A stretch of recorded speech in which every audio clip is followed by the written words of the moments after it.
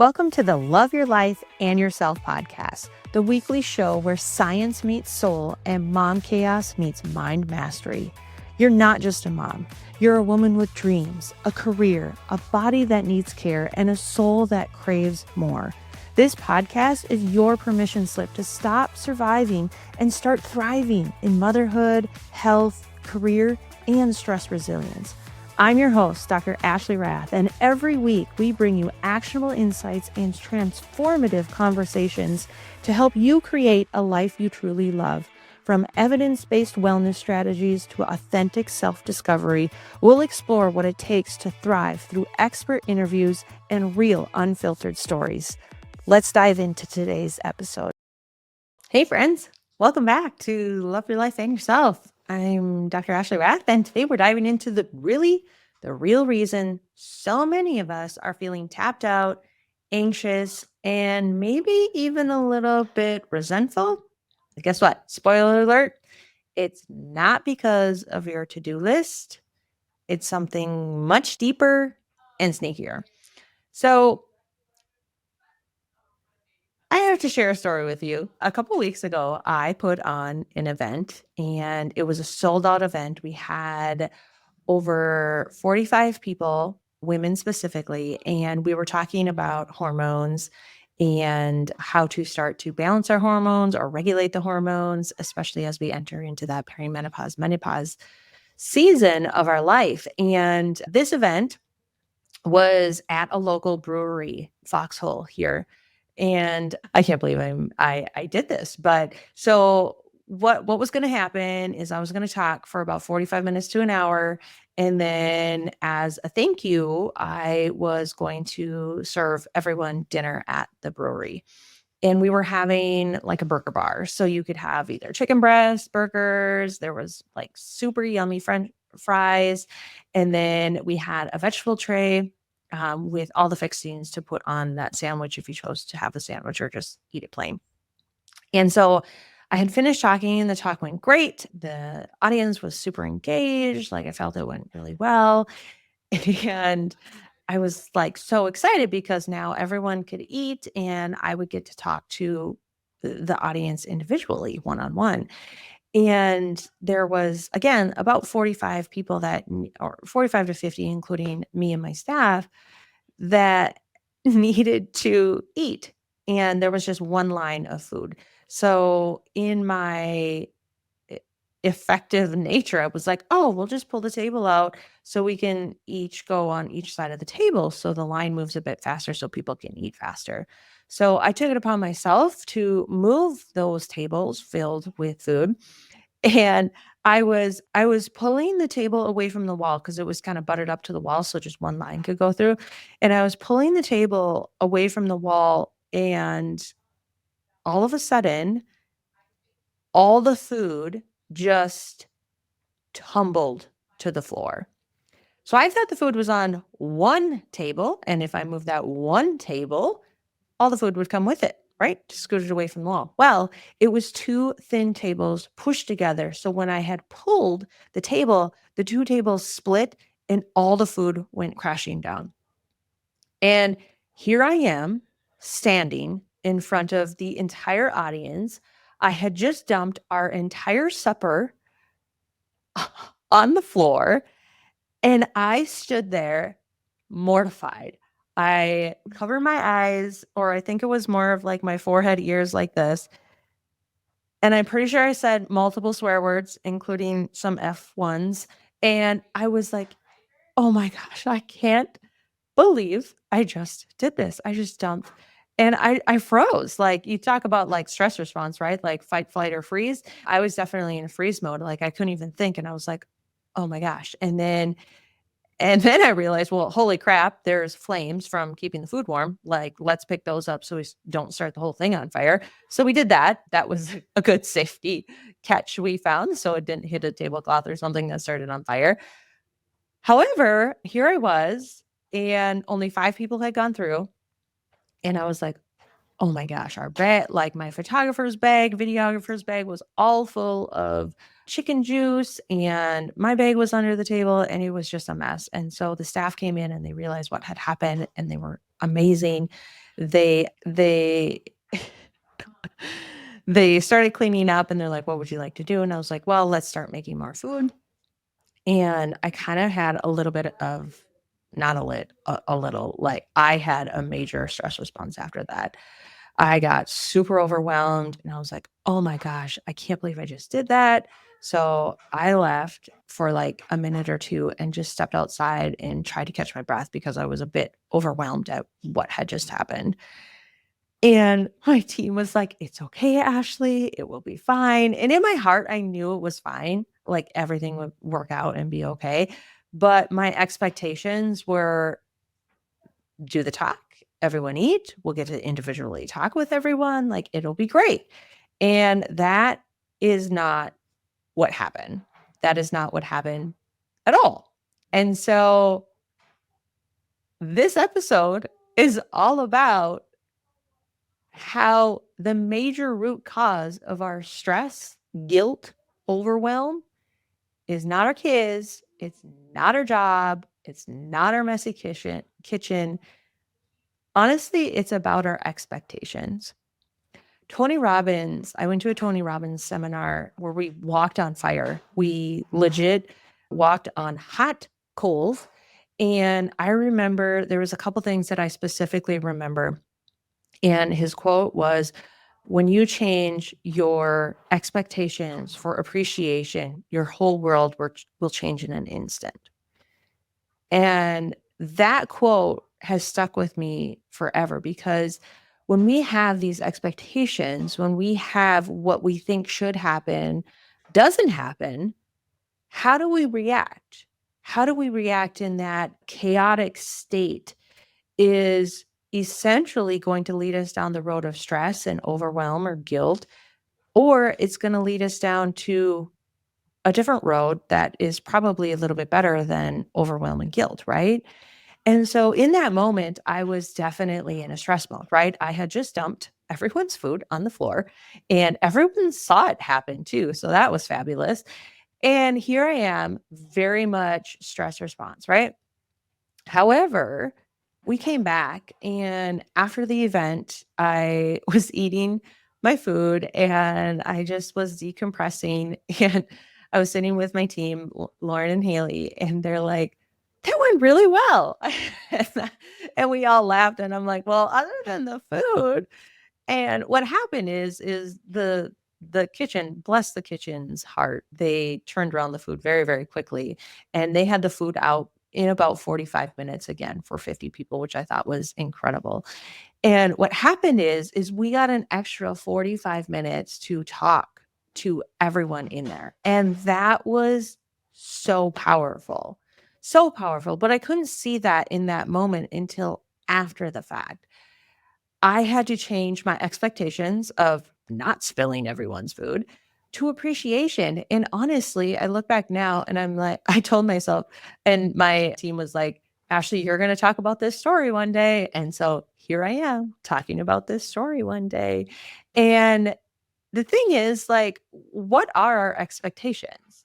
Really, they're not just plans, they're kind of like this unspoken contract we make with ourselves. There are hopes or beliefs or predictions. And when they go unmet, it's almost like we failed, right? But that adaptability to stress is where the key is, where we can see where our expectations are unmet and have appreciation for that. That's where true growth comes from. Like, right? I think about just my day to day and the women I see in my practice too, and their expectations. Like, right? We're expected to, or not like that anyone puts this on us. Like most of the time it's us putting it on ourselves. We're expected to, our self expectations are to, okay, we're supposed to exercise multiple times, 3 to 5 times a week. We're supposed to eat clean. We're supposed to have the kids dressed with minimal fights. Our expectations of the kids are they're going to listen the first time. They're going to eat all their food. They're not going to be picky. They're not going to complain. We're supposed to have sex a couple times a week, right? Or at least weekly. We're supposed to have all the laundry done, cooked, clean, garden weeded in my circumstance, the lawn mowed, which takes 3 freaking hours at our farm place. It's a long time. And on top of that, we're a lot of us are going to work or running kids from activities to XYZ. We have deadlines. We have family gatherings. We have social gatherings. We have graduations. We have weddings. We have birthday parties, anniversaries. And then we're supposed to also go on vacation and have all this extra time to be social and go out and have date nights. And right? Like it's this laundry list of things that we have our expectations on. And what happens when we don't achieve those, right? We start guilting ourselves. We start getting stressed. We start getting overwhelmed. We start feeling like we're not enough, right? We play this little game in our head, but when we start to realize that these expectations are freaking outrageous and we can start to appreciate, right? Like Tony Robbins says, turn your expectations for appreciation and your whole world will change in an instant. That is so powerful. Think about it. Think of how our expectations are literally sucking the joy out of everything. And really, to me, it kind of comes down to comparison too. So when we think about our expectations, we're also constantly measuring against other people's reels, right? Highlighted reels, right? We're also looking at other people's social media or Snapchats. So like, oh man, like, oh, they're doing this they're going to all the baseball games. They're going camping this weekend. They've got all the things. Like, how does she even do that? Like, and so there's this competition that is added on top of our expectations. And now we have this like layered stress that just builds up, right?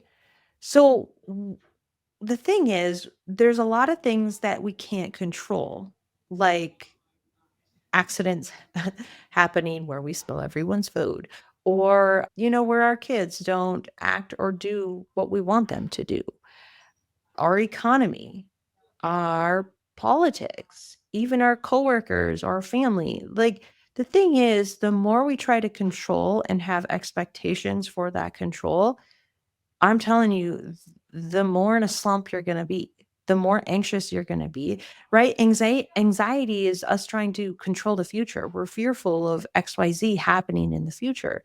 The more we hold on, the more we think we need to control and have these like expectations of what's going to happen and how it's going to happen. And if it doesn't happen like that, like we fall apart, right? So the thing is, we can't control the majority of the things. So if something doesn't go the way we want it to, what are we going to do? Right? So when we shift this expectation into appreciation, we're actually activating a different part of our brain. And that's why this is science too. It's not just like, oh, this isn't just like fluffy stuff. Like when we are in an emotional state, like when I had first dumped that food, I was in my hindbrain versus my prefrontal cortex where I can get curious and rational and grounded, right? I was in like a survival mode, like I like survive, right? Like one, there's a bit of embarrassment. Two, it's like, oh my gosh, I just dumped everyone's food. What are they going to think? Are they going to get fed? Is the kitchen going to be able to? Like, did I just ruin my videographer's bag and all of the equipment in it? So we have all of these emotions coming when we're in that stress response. And so when we shift those expectations, when they don't go our way, right? Because it's not when, it's like on a daily basis. Like things are going to happen that we don't necessarily want to happen.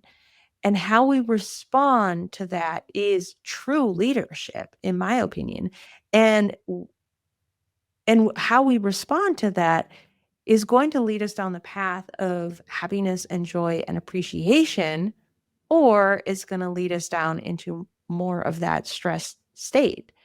So we need to celebrate essentially what did get done and celebrate the fact that you showed up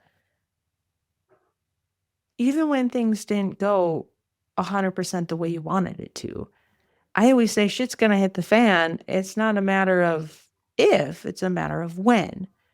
And things go unplanned all the time. We don't have this crystal ball. If we did, we would, I don't know what would happen. You'd probably be really rich if you invented that. But I mean, for real, like, let's laugh a little more. Like, let's laugh. And now I look back at that moment and I'm like, oh my gosh, I can't believe that actually happened. Like, I can smile and laugh about it. And even by the night, once I got out of that first probably 10 minutes of stress response, I was like, Ashley, it's okay. Like, it's just food.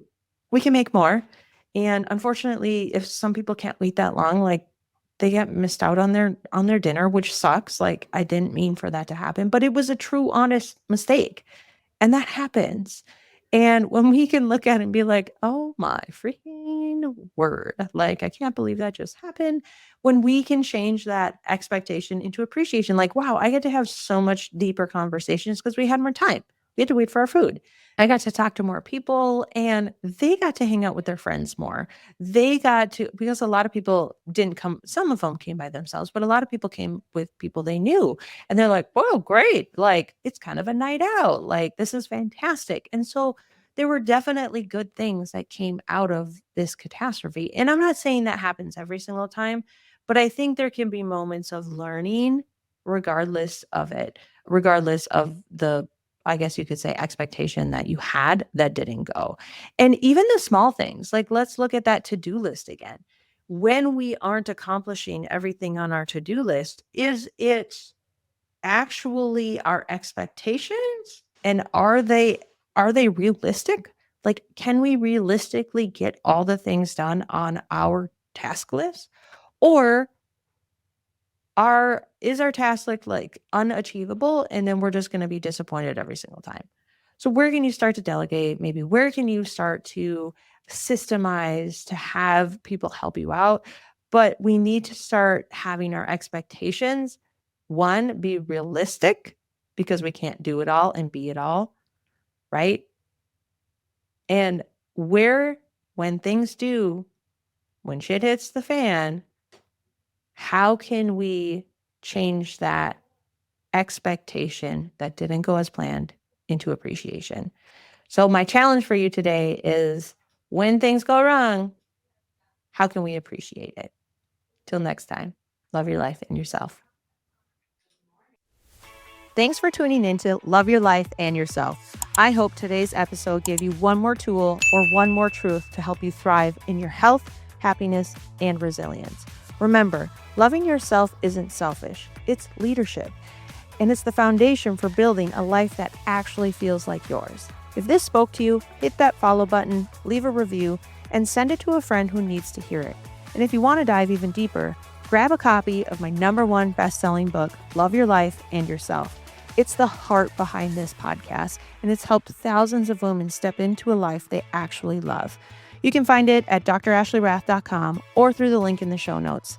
Until next time, take care of you and keep choosing to love your life and yourself.